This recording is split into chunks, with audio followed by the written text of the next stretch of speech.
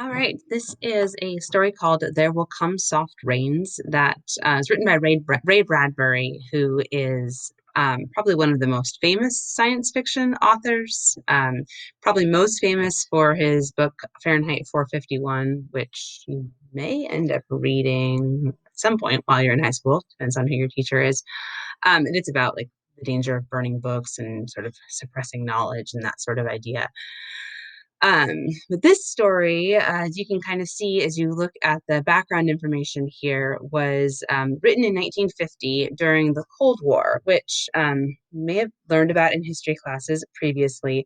The Cold War was this period of conflict between the United States and the Soviet Union, which is, of course, Russia now, um, which was mostly sort of cold in the sense that there wasn't a direct fighting, but it was this period of like prolonged tension between the two countries, and especially like this serious concern about nuclear weapons because both sides developed like lots and lots and lots of nuclear weapons and basically had the ability to like completely destroy the world.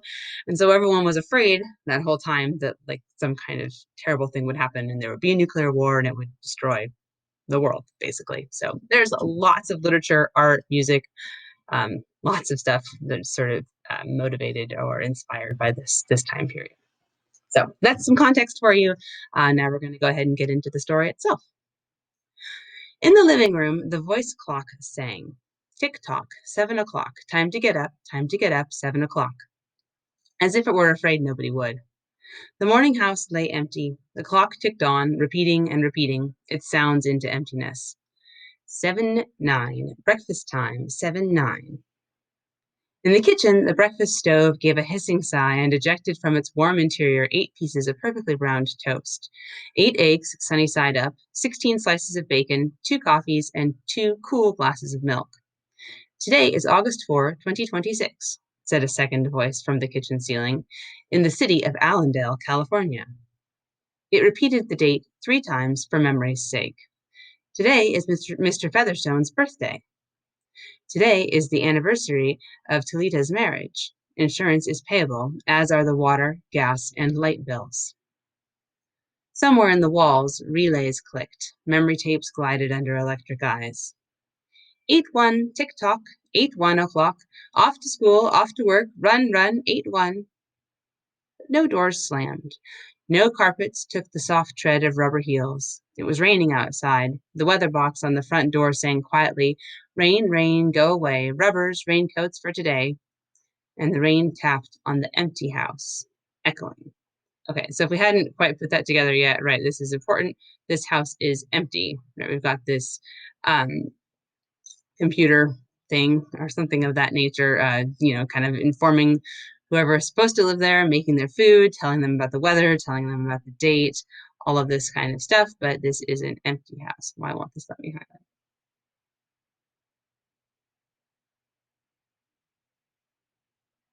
Okay, sorry, as in, there we go. We can do it this way. Oh, Cammy. All right. Still will not let me write. There we go. That's not about what I want to do. Sorry. Yay, there's my highlighter. Okay, so we have an empty house. Also, as you're reading this, I don't know if this, I mean, if you have an Alexa or something like that at home, this sounds like that, right? Except that this is something that was, imagined in 1950. And here it is informing the residents of this house all of these, these pieces of information that they might want to know for the day. So I'm going to put a little comment in here for myself, right? This sounds like I would do about the weather, all that kind of thing.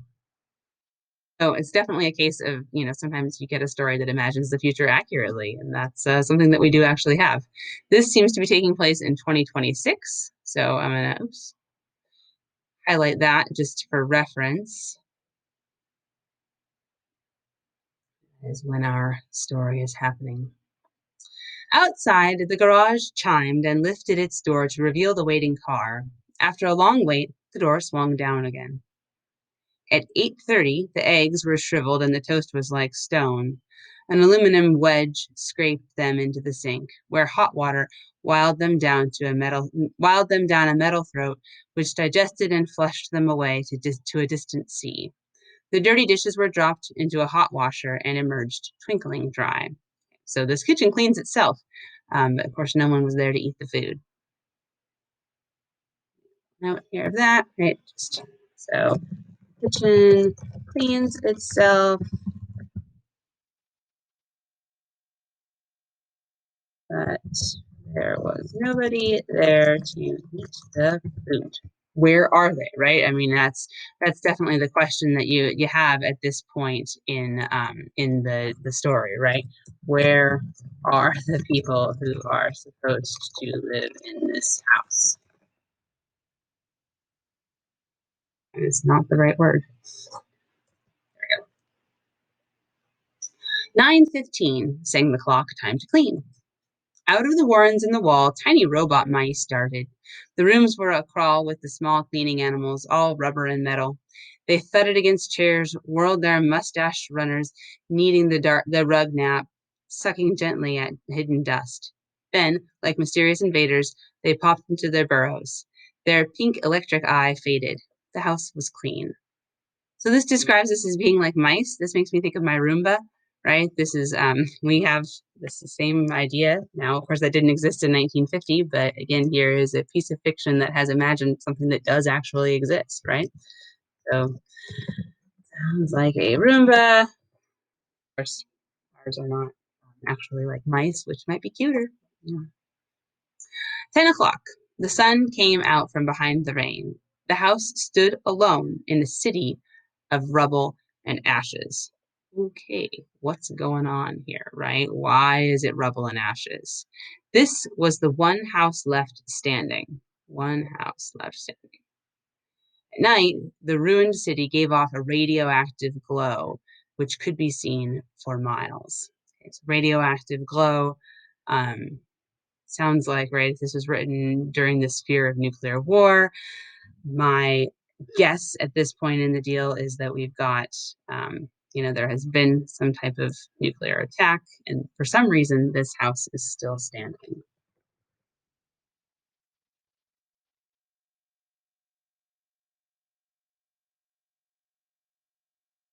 Radioactive is my tip off on that.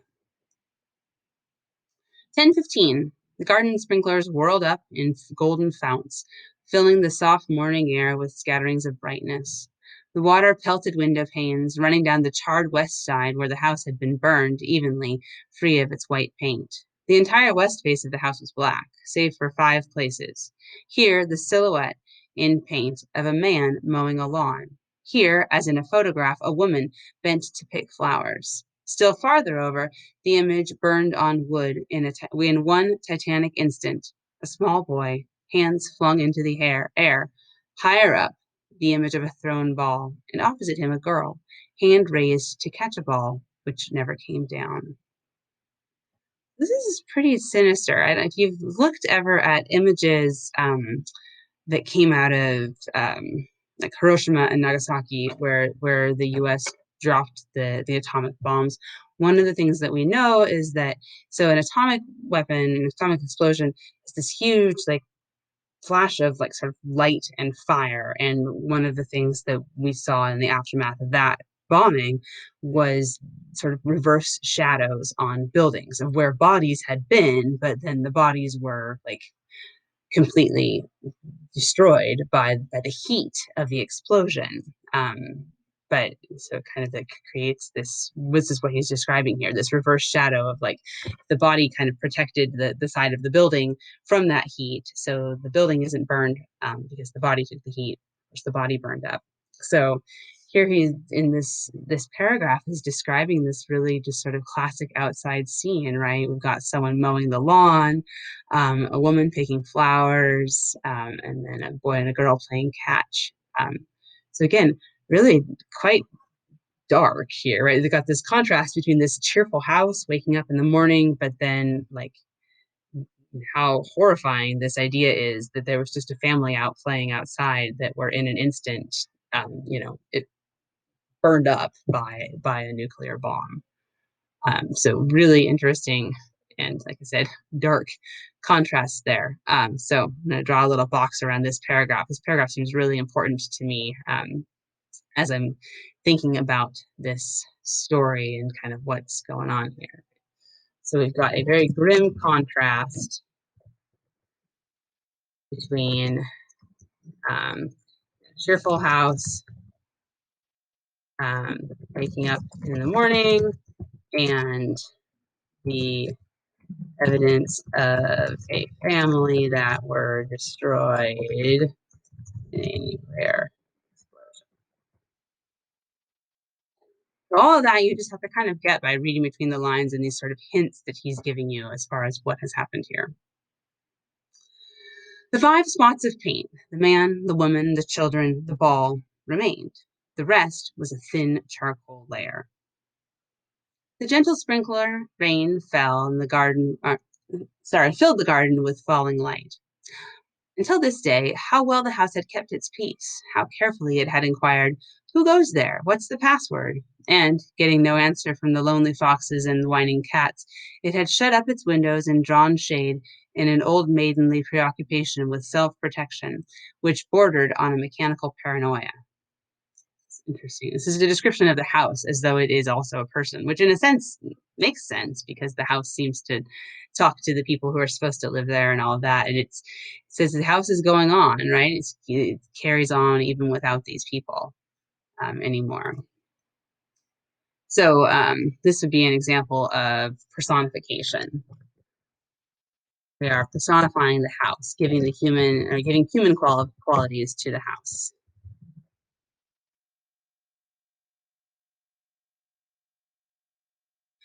It quivered at each sound, the house did. If a sparrow brushed a window, the shade snapped up. The bird, startled, flew off. No, not even a bird must touch the house. The house was an altar with 10,000 attendants, big, small, servicing, attending, in choirs. But the gods had gone away, and the ritual of the religion continued senselessly, uselessly.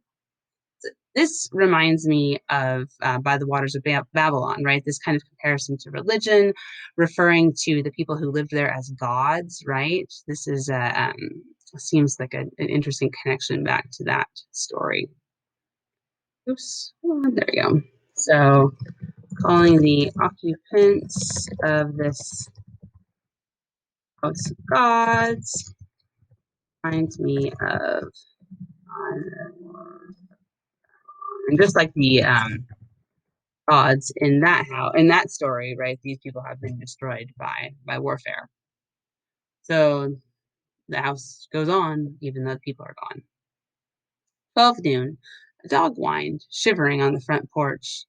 The front door recognized the dog voice and opened. The dog, once huge and fleshy, was now gone to bone and covered with sores, moved in and through the house, tracking mud.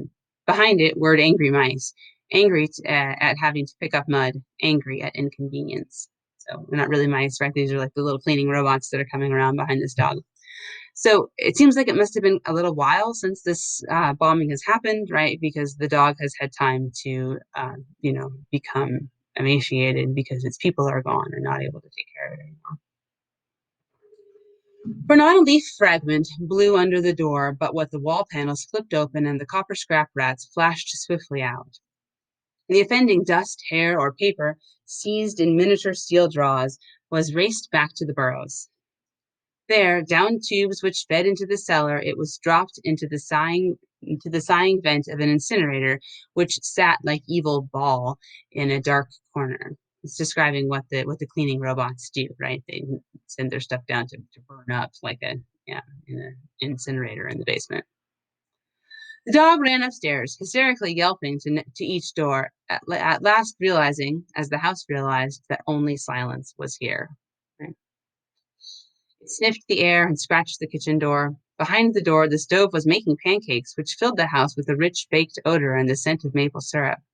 The dog frothed at the mouth, lying at the door, sniffing. Its eyes turned to fire. It ran wildly in circles, biting at its tail, spun in a frenzy, and died. It lay in the parlor for hours.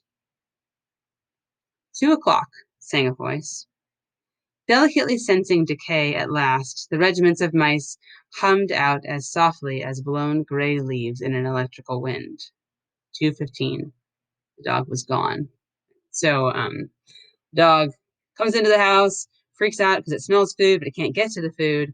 And eventually, that's the end of the dog. The dog dies. The robots let it lie there for a few hours until they start to smell that it's rotting, and then they come in and clean it up. And so the dog was gone by 2:15. Just took them 15 minutes. Those are effective little cleaning robots. In the cellar, the incinerator glowed suddenly, and a whirl of sparks leaped up the chimney. 2:35. Bridge tables sprouted from patio walls. Playing cards fluttered onto pads in a shower of pips. Glasses manifested on an oaken bench with egg salad and sandwiches. Music played. But the tables were silent and the cards untouched. So it's like it's ready for people to be able to come home and play a card game, but no one ever comes to play. At 4 o'clock, the tables folded like great butterflies back through the paneled wall. 4:30. The nursery walls glowed. Animals took shape. Yellow giraffes, blue lions, pink antelopes, lilac panthers cavorting in crystal substance.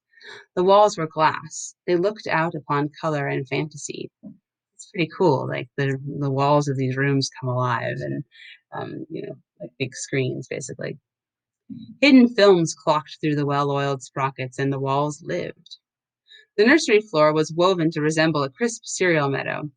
Over this ran aluminum roaches and iron crickets, and in the hot, still air, butterflies of delicate red tissue wavered among the sharp aroma of animal spores. So the nursery feels like you're like outside in a field. There was the sound of a great matted yellow hive of bees within a dark bellows, the lazy bumble of a purring lion, and there was the patter of a coffee feet and the murmur of a fresh jungle rain, like other hoofs falling upon the summer-starched grass. Now the walls dissolved into distances of parched weed, mile on mile, then warm, endless sky. The animals drew away into the thorn brakes and water holes. It was the children's hour. 5 o'clock. The bath filled with clear, hot water. 6, 7, 8 o'clock.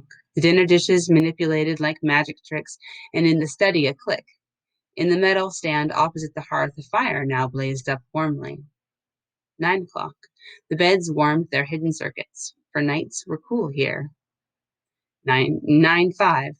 A voice spoke from the study ceiling.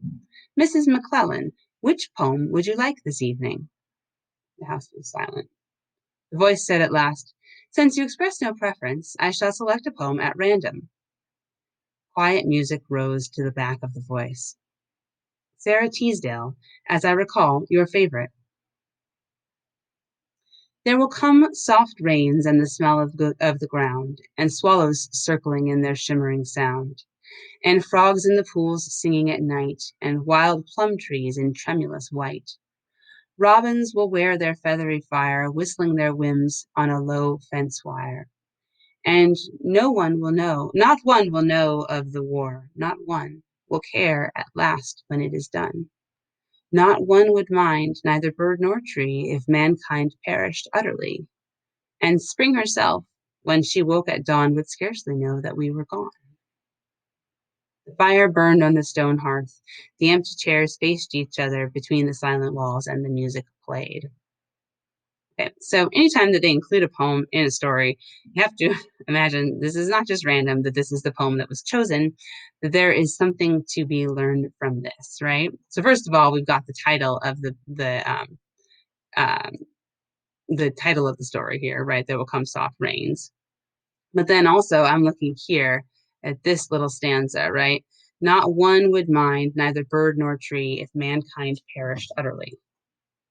Humans are gone from this home, but everything continues on like it like they were it doesn't matter that they're gone, right? So not one would mind. No one notices that they're gone. The dog seems to notice, and that's significant. We can consider that. But other than that, everything just carries on without the people. Um, that's significant here and why we might have included this poem. So everything in this home continues even out to the people. It doesn't matter that they are gone. They would scarcely know that we have gone. Last little part here. Okay. At 10 o'clock, the house began to die. The wind blew. A falling tree bough crashed through the kitchen window. Cleaning solvent, bottled, shattered over the stove. The room was ablaze in an instant. So all of a sudden now, right, the house is going up in flames, right? There's a storm. The house began to die, as in, right, we've got this house that's been personified. Um, so now this is a turning point. The house is coming apart. So a tree crashes through the window and knocks over some solvent, something flammable over the stove, and the room catches fire. Fire! Screamed a voice. The house lights flashed. Water pumps shot water from the ceilings, but the solvent spread on the linoleum. Nice picture there of a house burning. Licking, eating under the kitchen door, while the voices took it up in chorus. Fire! Fire! Fire! The house tried to save itself. Here's the house again. Seems to have a will to live, even though it isn't occupied, right? House personified. Doors sprang tightly shut, but the windows were broken by the heat, and the wind blew and sucked upon the fire. The house gave ground as the fire and 10 billion angry sparks moved with flaming ease from room to room and then up the stairs, while scurrying water rats squeaked from the walls, pistoled their water, and ran for more. And the wall sprays let down showers of mechanical rain, but too late. Somewhere, sighing, a pump shrugged to a stop. The quenching rain ceased. The reserve water supply, which filled the baths and washed the dishes for many quiet days, was gone. Right, so the house is, eventually starting to not function because people are gone. It doesn't have enough water. The fire crackled up the stairs. It fed upon Picassos and Matisses. So these are, valuable paintings, sort of famous artists in the upper halls, like delicacies, baking off the oily flesh, tenderly crisping the canvases into black shavings. Now the fire lay in beds, stood in windows, changed the colors of drapes. And then reinforcements. From attic trapdoors, blind robot faces peered down with faucet mouths gushing green chemical. The fire backed off, as even an elephant must at the sight of a dead snake. Now there were 20 snakes whipping over the floor, killing the fire with clear, cold venom and green froth. So again, not literal snakes, right? But these are like snakes because this must be kind of like a fire extinguisher to, chemically suppress a fire. But the fire was clever. It had sent flames outside the house, up through the attic to the pumps there. An explosion. The attic brain, which directed the pumps, was shattered into bronze shrapnel at the beams, right? So the house's brain is destroyed here, basically.